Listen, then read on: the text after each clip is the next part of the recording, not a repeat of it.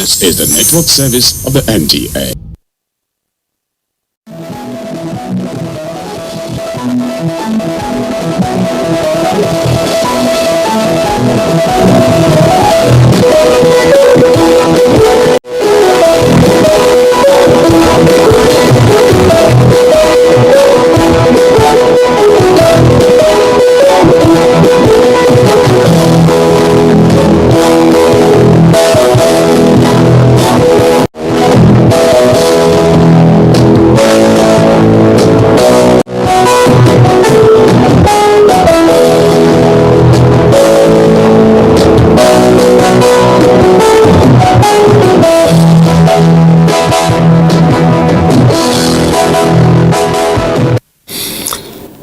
Hello and welcome. I am Cyril Stover.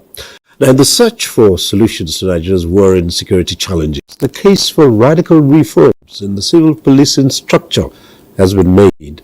Various positions were stated on a need for a decentralized police where subnationals set up and control their own police organizations to run alongside a federal structure. Now, for many, this is the way to go.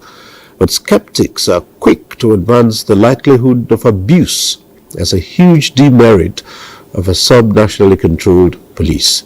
Today, our focus is on policing and true federalism. My guest is a professor of history, a researcher into the history of police and policing. He established the Kamsalem Center for the Study of Policing in Nigeria and has written extensively on strategies for policing in a federal state, including a book, The Police in a Federal State, The Nigerian Experience. Let's welcome Professor Kemi Rotimi. Prof, thanks for being here.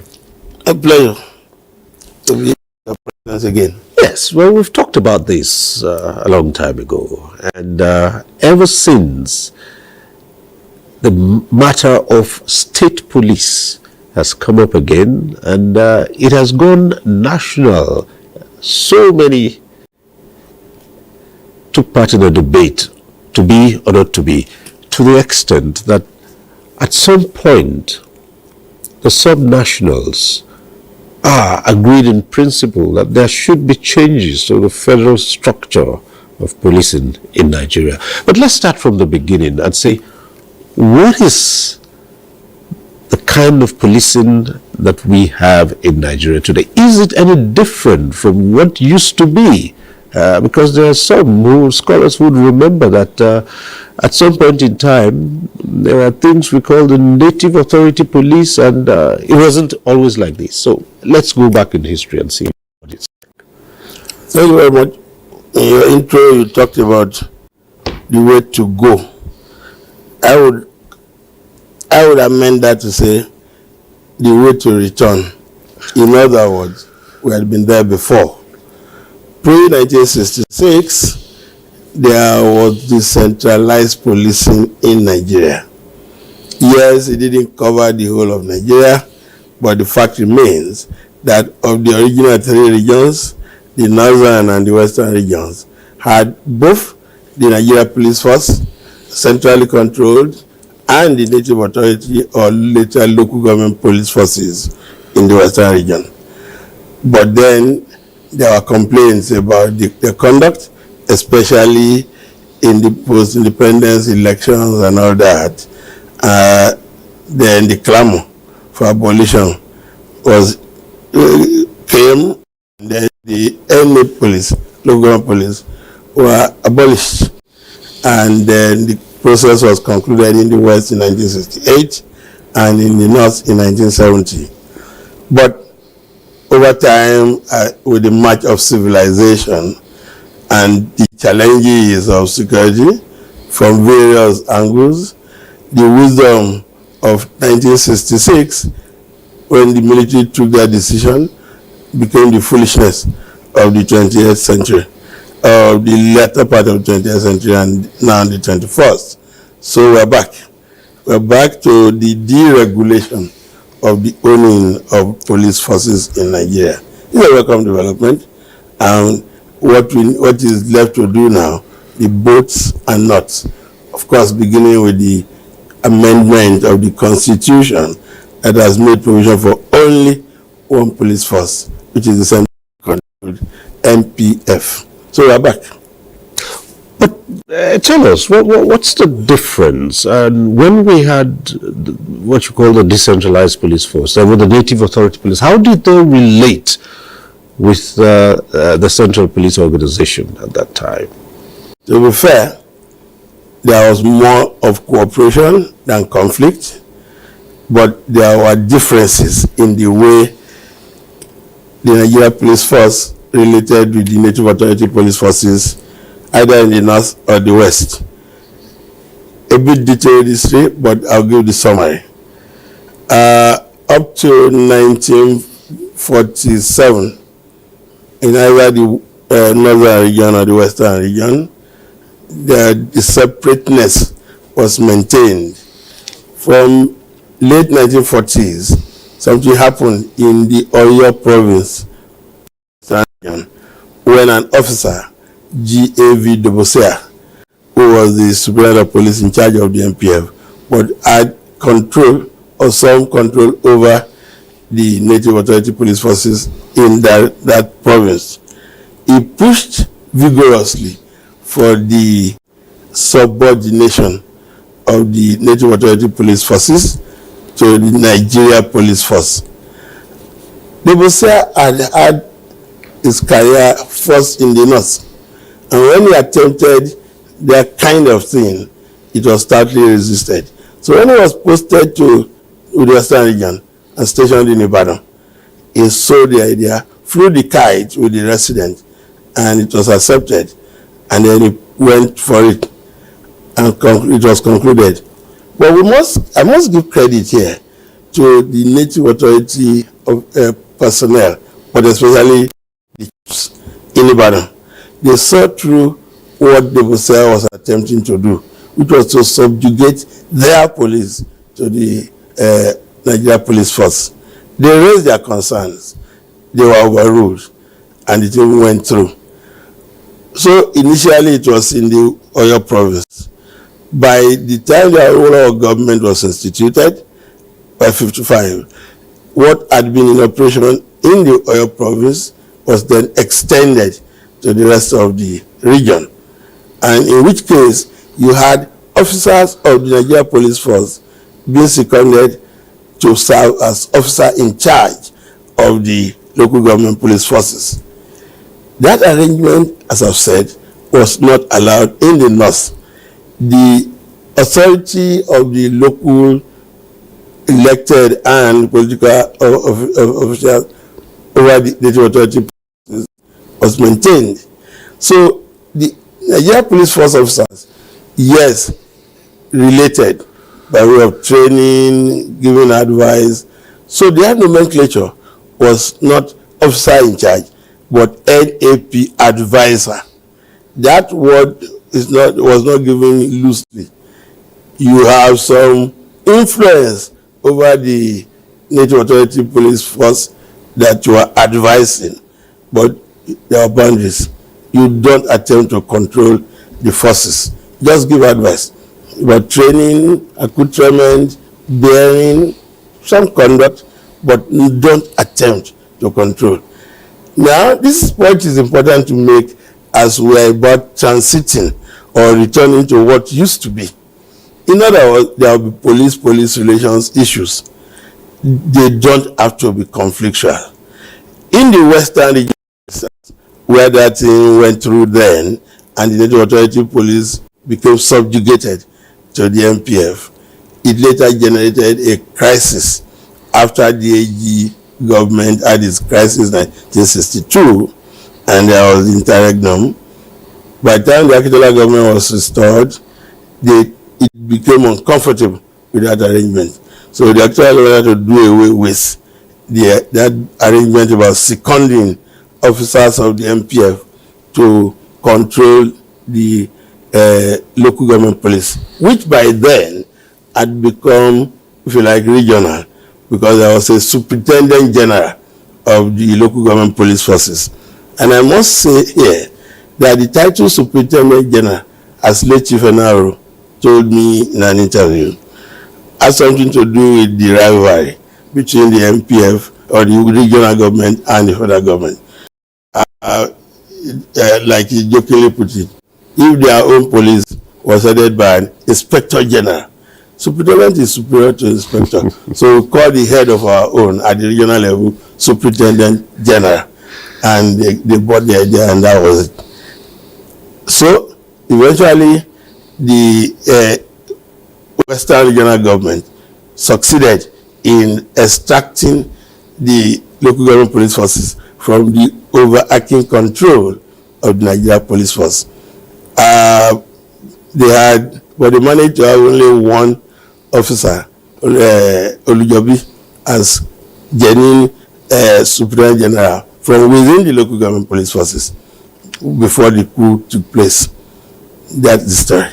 So, but in the north, for all times, MPF was MPF.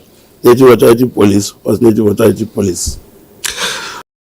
Fast forward and then come to the stage where the NPF, the Nigeria Police Force as we know it today, came into being. Now, it's been said that part of the challenge, the issues with this setup was that the initial idea of policing was not to have a civil law enforcement agency, but to have an agency that the colonialists could use to cow the local populace and achieve their aims. And it's said that that's what has remained with the police till date. Now, let's put it this way. When the British went out to govern the territories, they went out with two philosophies of policing. One was for strangers to police strangers. The other was for likes to police likes. That philosophy of strangers policing strangers was what undergirded the founding or constitution of what we know today as Nigeria Police Force. And what was the whole idea? The police was established in the territories more for regime control, that is, maintenance of law and order, rather than what is ordinarily said to be the primary role of the police, the prevention of crime, but when that fails, the detection of crime and bringing the criminals to justice. But in the territories, because the roles were mixed, whether military or police, it was to overcome those upon whom you were imposing your will. That was what colonial rule was all about. So you read in the files that so many pacification raids were deployed in those early years of colonial rule. Now you ask yourself, what is pacification? A man is living in his home. A stranger has come to say, I'm your new boss. And the man says, from where?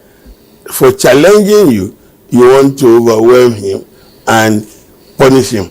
And you call it pacification raids. So that orientation is still with our police state today, i.e., the police is for maintenance of law and order, which is not necessarily a negative thing, because in any society, if there is no maintenance of law and order, there will be anarchy. And no policeman recruits himself. The policeman is an agent of the government of the day. And that's a point that Nigerians need to take on board when you are assessing the police in their terms of their conduct. And it cannot but be so, because even in Nigeria now, you still keep talking about our democracy being young. You begin to wonder when it will ever mature to be old or adolescent. But we are making progress. Say what you may, this is the longest we have had with democratic governance. 1999 to 2024, some 25 solid years, we are making progress. So the orientation of the police in the matter of where should the greater weight be put, prevention of crime, which does not happen absolutely anywhere, because human beings who engage in criminal acts have so many ways to do what they must do. But the police has a responsibility, to detect, to prevent. Where they cannot, you detect. And let's give some credit to our police officers. In this regard, they are doing the best that they can. We must accept the fact that the number is just too low. Considering our population explosion, we need to recruit more police. Even now that we're on the road to making other levels of government, but especially in the state government, that does not stop or shouldn't stop the federal government from increasing the number of police officers, put more men, more boots on ground. But when you consider the flim-flam and the needless controversies over recruitment of the annual 10,000 between whoever has been chairman of the Police Service Commission and the Police High Command, you begin to wonder, what kind of people are this? You say your number is few. You have been encouraged to recruit. Now the whole recruitment process dissolves into a needless war, but we're making progress. We'll get there. Right. So if you bear that in mind, you'd ask yourself, at the time the federal structure was determined, certainly, obviously, there must have been advantages that were considered, and saying perhaps that was the best thing to do, given Nigeria's position at that time. So what was so beneficial about a system like this that it became the norm? Of having a federal controlled police. Well, that was what, I mean, this started from colonial times. Yes, but then we gained independence. Yes, and then I will continue with it, right, with the multiplicity of forces. And let's get it right. Why the dual policing arrangement lasted, the northern region of Nigeria, but especially the Emirate North, was arguably the safest part of the country to live in. And for one thing, there was a very thin presence of the MPF in the northwest in particular, much of the Muslim part of northern Nigeria, because the subscription to the any police idea was very thick, especially after 1928, when children of the nobility were encouraged to seek service in the Native Authority police forces. That was a boost, because whether in the western region or the northern region, in all places where there had been centralized state systems before colonial rule, in the palaces of kings, there were people doing the work of police, but largely drawn from the class of slaves. But colonial rule changed the whole thing when the British appropriated the pre-colonial, some of the pre-colonial institutions they met that they consider functioning, including policing. And that's why the first chapter of my book talks about from palace officials to stipendiaries of state. And if I may just digress a little now, but with relevance, as we are looking at state police being recreated, we may have to contend with the fact that for those who had made the move, states with Amotekun, whatever label, they may have to tread very carefully, and in the matter of recruitment, allow that those whom they have initially recruited be allowed to join the new state police forces. No, that's now that you mentioned this, it's one area that had always featured in the argument for and against state police. Those who say what you have is a form of state-controlled law enforcement when various regions established certain agencies to maintain law and order. Isn't that state policing to some extent? Well, the difference is this. We are now looking at a more refined arrangement and giving it the proper label.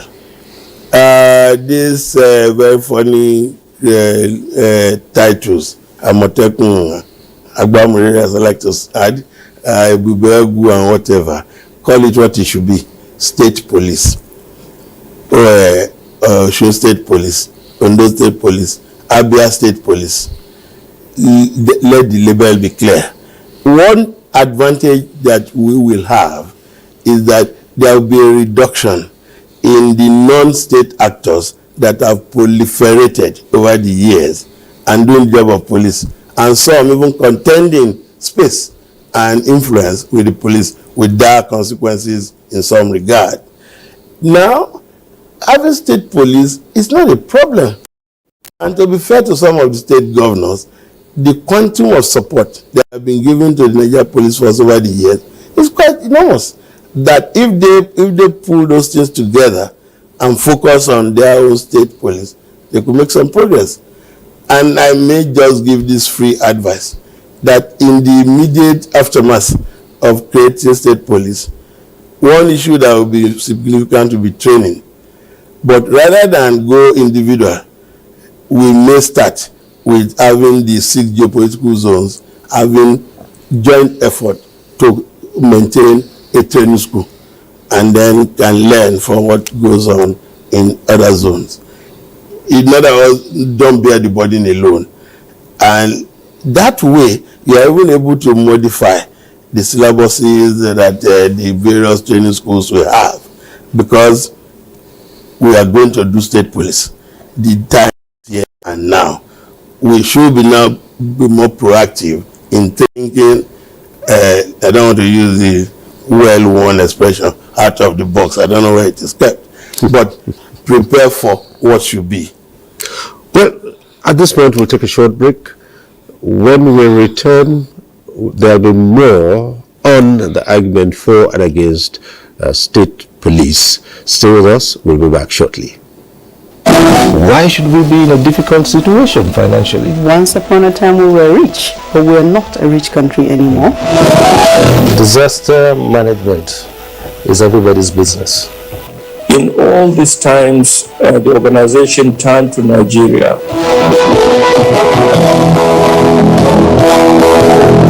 We would as much want to harness the capacity that is within us so that we see how we can become self-reliant. 1 month, and he said, we are increasing warning strike by 2 months. I mean, yeah, you are incubating madness. Even if these are officials of government who have been told to go and enforce the law and they have gone against the law itself, they must be held accountable.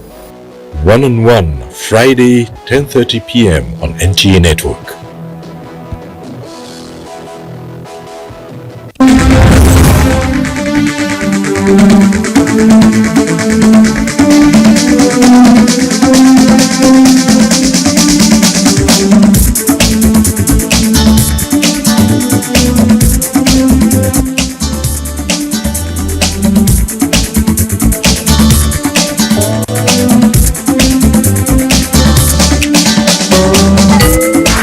NTA Tuesday Live, a network issue-oriented innovation talk show. Thanks for staying with us. We're still with Professor Kemi Rotimi. He's a police historian, all about police and policing in Nigeria. Well, Prof,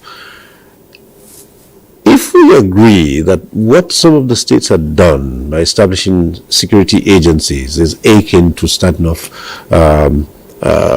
police organizations of their own, and given the quantum of support, materially and otherwise, which they have given to the Nigeria Police Force, their states, as you said, if they put half of that into their states, they might be solving the problems.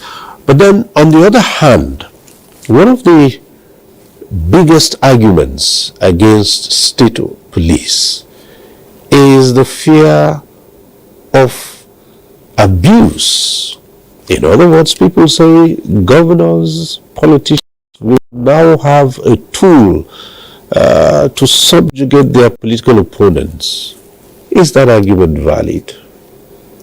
That argument is not invalid, but it's been overflogged. And in my other appearances on this and other programs relating to this subject, I've always stressed the one point. Any political governing elite with control over police in his domain or their domain, misusing the police is a very risky game. You have only one prayer to say: to die in office. Because if you finish your term, and that's the beauty of the Nigerian constitution that we have now, at the executive level, you have a maximum that is permissible, 8 years. If misuse the police, by the time you leave office, everything you use the police to do to your opponent, the new man of power can use them to do to you. Now, many people do not appreciate one fact. The police owe loyalty to government of the day. It is their bonding responsibility to owe loyalty to government of the day. And the police, when carrying out their functions, may look to people like people obliging individuals. No, they serve the state. And that's why it is always difficult when you're looking at the issue of maintenance of law and order. Who makes the law? It is the government of the day that makes whatever law. It is not the business of the police to query why the law has been made, but enforcement to ensure that you do not violate a law that has been made. But if you are tyrannical, you are running a risk. Because if you do not die in office, you will suffer. Prof, but the argument has always been in the application. Yes, the government makes the laws, but someone pronounces how or directs how it should be applied. And herein lies the danger that people talk about. There's a thin line that separates the government from an individual who holds a position in government. The line may be thin. One thing that everybody knows about policing, application of discretion. And some of them have been good at it, applying discretion in carrying out orders. But many oblige, yes, because of their orientation. But in obliging, you want to watch it. Because if you don't, you too may suffer in the process. But you cannot legislate for decency and conscience. People who govern at times forget these two facts. If you are not decent and if you don't have a conscience and just all that is of interest to you is that you hold the levers of power at the particular time, you may be inclined to get him. Yes, but when your time is up and you are gone, what happens? And we don't have to go far. I have my ready example. I'll just cite them. But before I get there, since 1999 to now, let Nigerians just reflect. How many of the governors who govern some of the states have been able to stay comfortable in their domains after their tenure? For right or wrong reasons, successors have had issues with their predecessors. We still have some running battles now. But the best example for why you should be careful that I keep citing, three Western Nigerians, because they belong to three different states when the Western region was split. So Odujo in Ogun, Omoborowo in Ondo, SM Afolabi in Oyo. In the First Republic, they were all AG sympathizers, and they suffered. By the time of the Second Republic, each of these three people wanted to be governors in their states, wanting to succeed their principals just after the first term. And they became overweening in their ambitions, and there was a lot of trouble, Ondo being the worst case.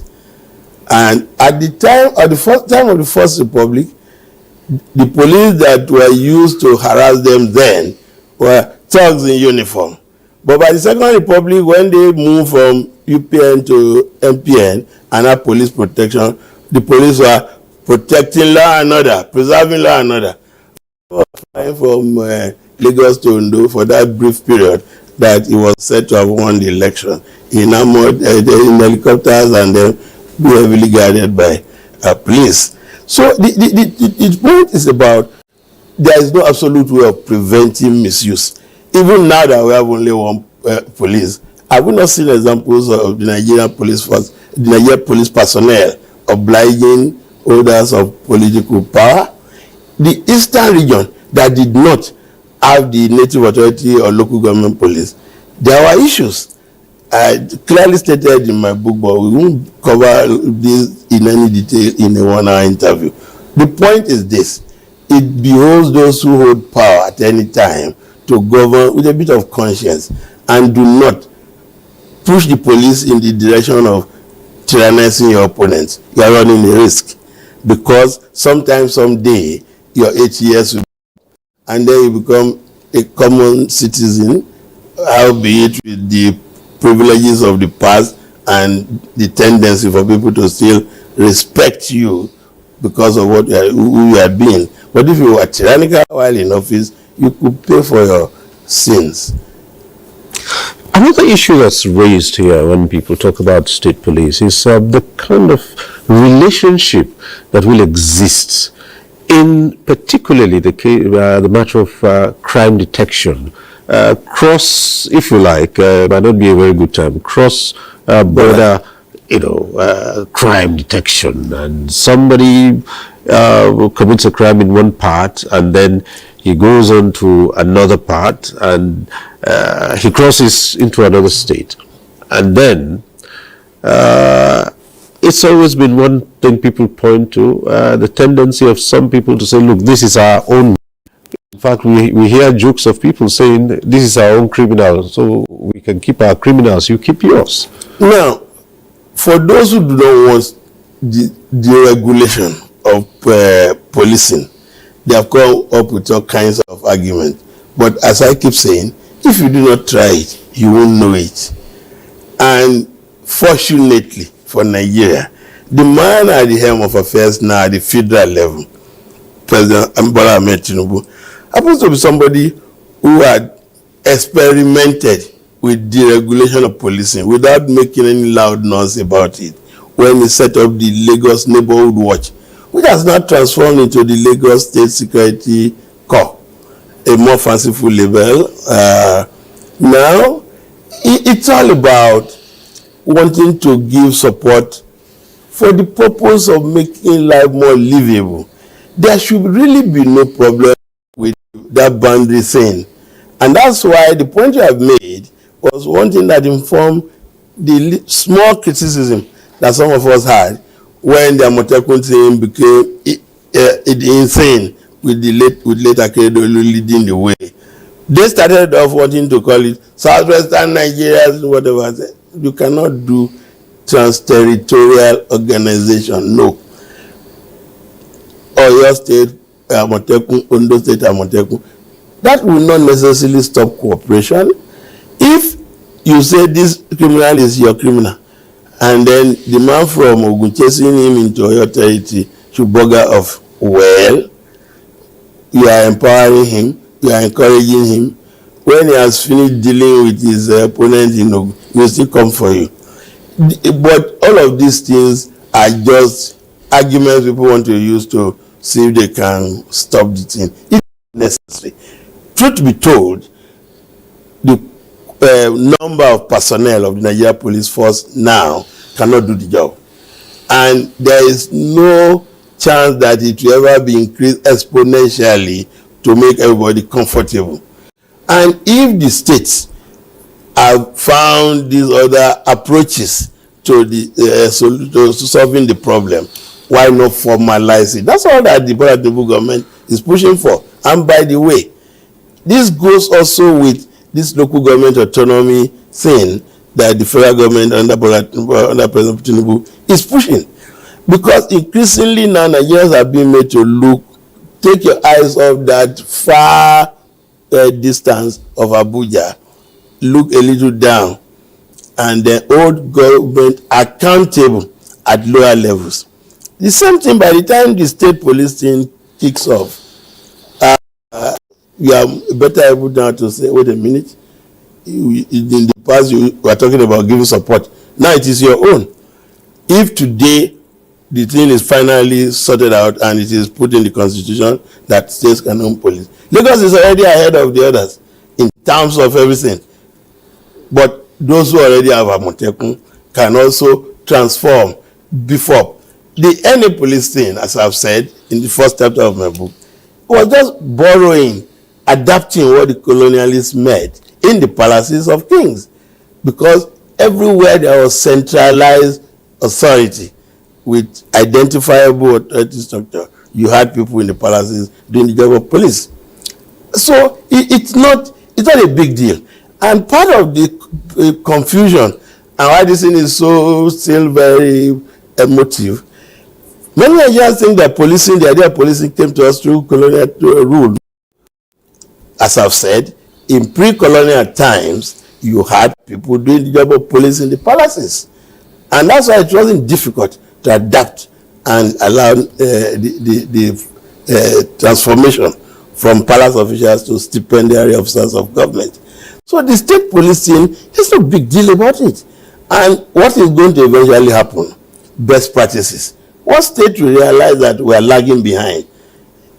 Can we say that the Amotekun thing, because that's the most topical, current, even now, is it the same thing, is it the same approach in all of the southwest states? When Lagos was like lukewarm, people didn't quite know what was going on, or criticizing Lagos. Lagos was already in on the scene before the other states joined. Also, was it going to change the nomenclature of the Lagos State Security Network Corps to Amotekun, just so that you have a name that is Yorubaish and then fanciful? No. It was already in on it. I must say, as we look at creating state police, the most important desideratum is the quality of personnel. And that's why the training schools must be really top-notch. The people who can do the job are already existing. Graduates of polytechnics, colleges of education, university graduates, they are available. Recruit them, train them well, pay them decent salaries by whatever you understand by it. Because what they do is quite peculiar. When you are sleeping, they are out there in the cold, in the hot sun, trying to help. So realize that fact, that their lives are so close to being wasted in the cause of defending you, and therefore you must treat them well. That's something that's lacking with the current arrangement. In the matter of senior police officers relating with junior ones, everything considered, state police can work, but let the training be sound. And if we are requested, some of us can help them with materials. Let's look at this, Prof. You have researched extensively into policing.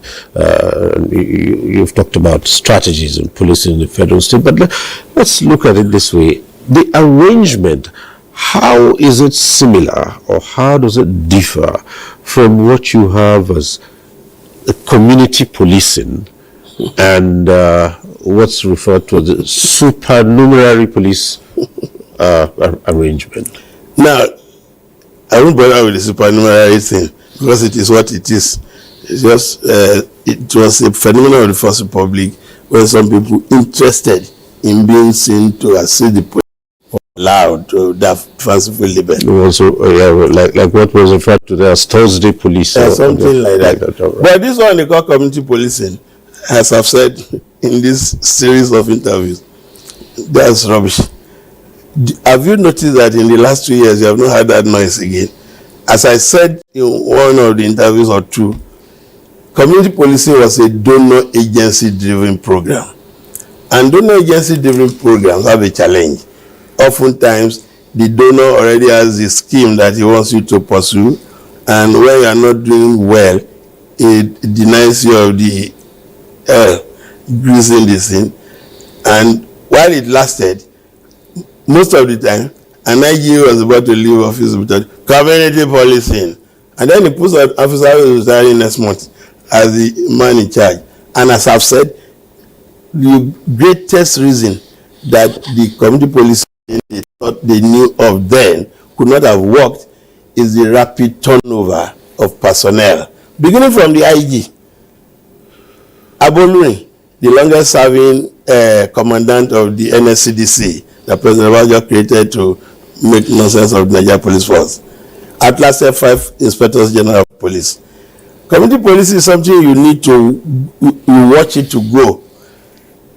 But with 5 IGs and versus 1 commandant general, I probably could have created community whatever for NSCDC and had enough time to watch it grow.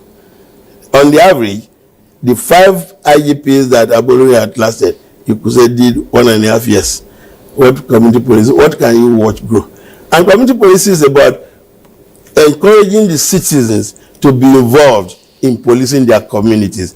As a matter of fact, community policing is not a program. It is a philosophy that you undergird the conduct of police. So that's why, as state police are about to be created, you build community inclusiveness into the syllabus for the trainees.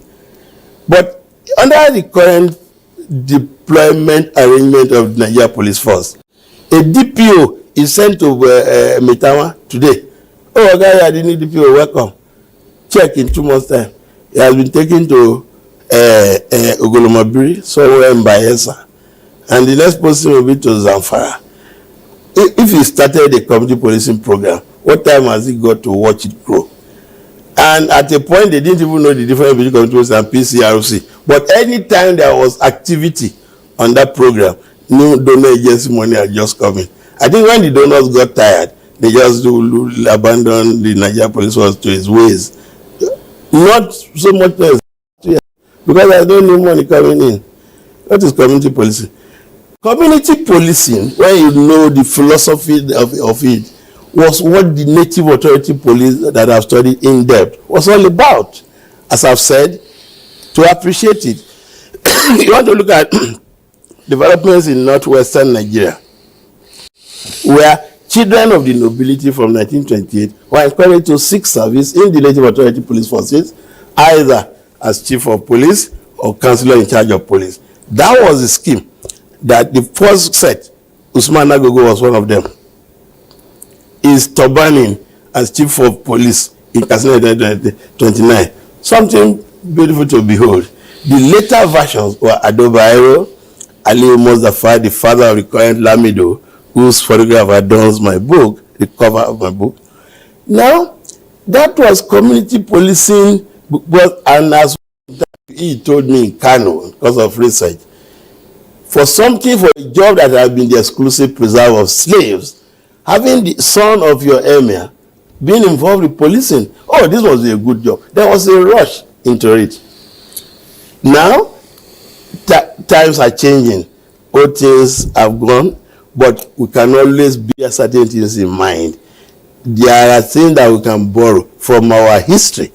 Never mind where it took place. Best practice is what we are calling this thing. When I met the late Lamido, the father of the current one, in 2003, courtesy Alhaji Ahmed Jordan, he has some nostalgia for the way they used to work, because Adamawa is close to Cameroon. Some robbery has taken place and you are looking for the criminals that have escaped to Niger or Cameroon. You don't tell your emir that your bicycle has no chain or the book is bad. You have to go chase the criminal. And one man, WKR Halam, who lived for so very long in Jos, was involved with policing in the Borno area. He had photographs in his album showing the heads of criminals who ran away into Niger that they had to pursue, just to show the evidence that we got them. You cut off the head and bring it back to Maiduguri. So the point is about commitment.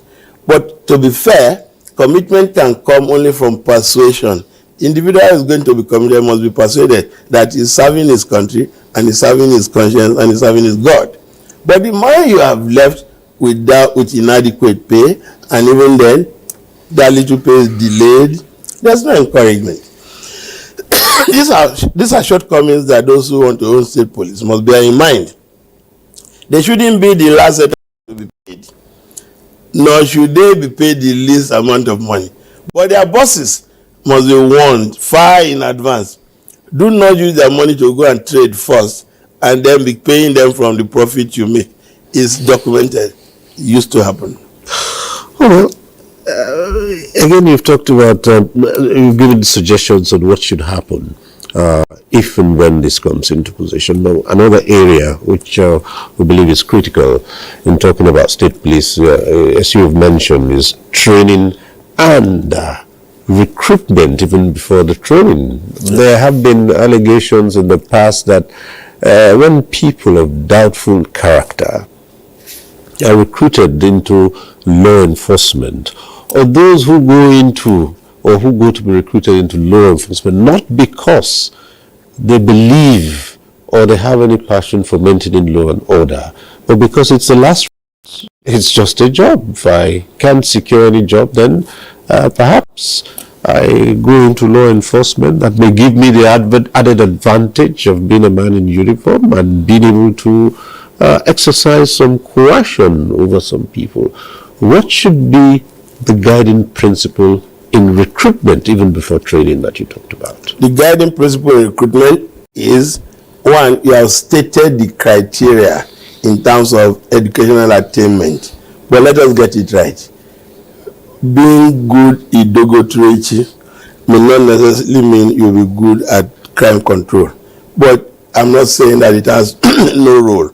But we have gone so very far in the matter of provision of education that we shouldn't be talking about anybody who's being recruited not being capable to read and write. Not that I'm not aware that there are people even with the first degree who still have challenges. Follow the standards that you have set. Then we're in a political era. Let legislators who have influence stop making it look like this is my chance to have 10 people from my community to be recruited. Some of the controversies that have ensued in the course of recruiting recruits under this dispensation, beginning from like a chairman of the Police Service Commission to date, has been unfortunate. And these chairmen of police have also been superior police officers before. And then you have this thing dissolving into a dogfight. The last one was particularly unfortunate. Whoever knows Dr. Solomon Narase, one of the finest minds and men that we have had, good education, discipline, and commitment. Eventually, was out of that seat for some very irritating accusations. The man who was struggling to prevent bringing in knock-knees and people who never attended interview, you are accusing him of doing what he says you are attempting to do. Is it necessary? But that tells you that we have this problem as human beings. When the government, I don't think there's anything in the Police Service Commission law, for instance, that says the chairman must be a former superior police officer. There's provision for a superior police officer who is retired to be a member, but not necessarily chairman. Because when you make a former IG chairman of the Police Service Commission, it doesn't mean that the IG, incumbent IG, will be shivering when the man comes. No, this is turn by turn. You have had your time, you have left. You are now a general without troops. So if you want to behave as if when I was leaving you, I was superintendent, so what? I'm now the IG. He's the man of the movement. Let rules be followed. Piling unnecessary or undue pressure on those who are saddled with recruitment. Because we have few spaces.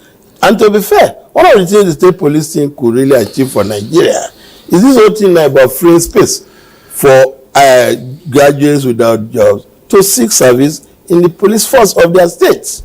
It could be a laudable thing and something of pride.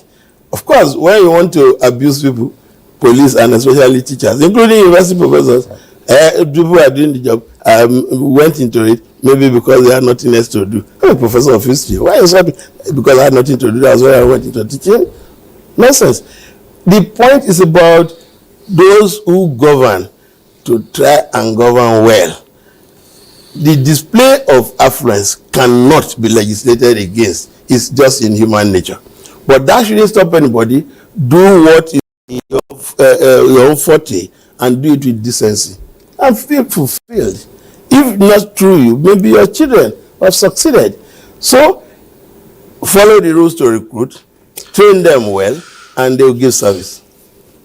As we begin to round off, in the matter of crime prevention, detection, maintenance of law and order, what is the place of just policing, police and law enforcement personnel? A lot of people argue that, well, good, but it goes far beyond that. Look, in any society, you will always have people who do the job of police. Giving assistance by some other means is not necessarily contradictory. It could be complementary. Most of the time, should be complementary.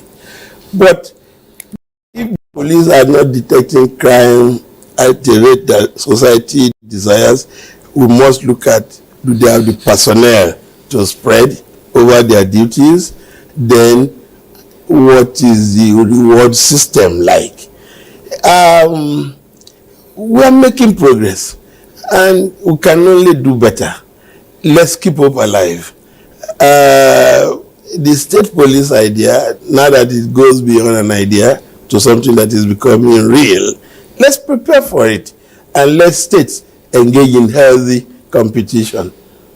The future is bright and let's keep hope alive. Well, at some point in time, the National Economic Council would open up discussions. From reports in the media, most of the states agreed to one form or the other of it. But again, there's still work to be done. As you yourself have mentioned, there are all kinds of things to be taken care of, not the least the Constitution, which currently just permits a federal police station. On a final note, will this eventually make the police, and now I use the term police as policing generally, a friend of the people? No. The police can never be a friend of the people, because what the police sets out to do, I put it in summary form. Policing is about investing one man with state authority to affect the freedom of another. That is, even the freedom to commit a crime.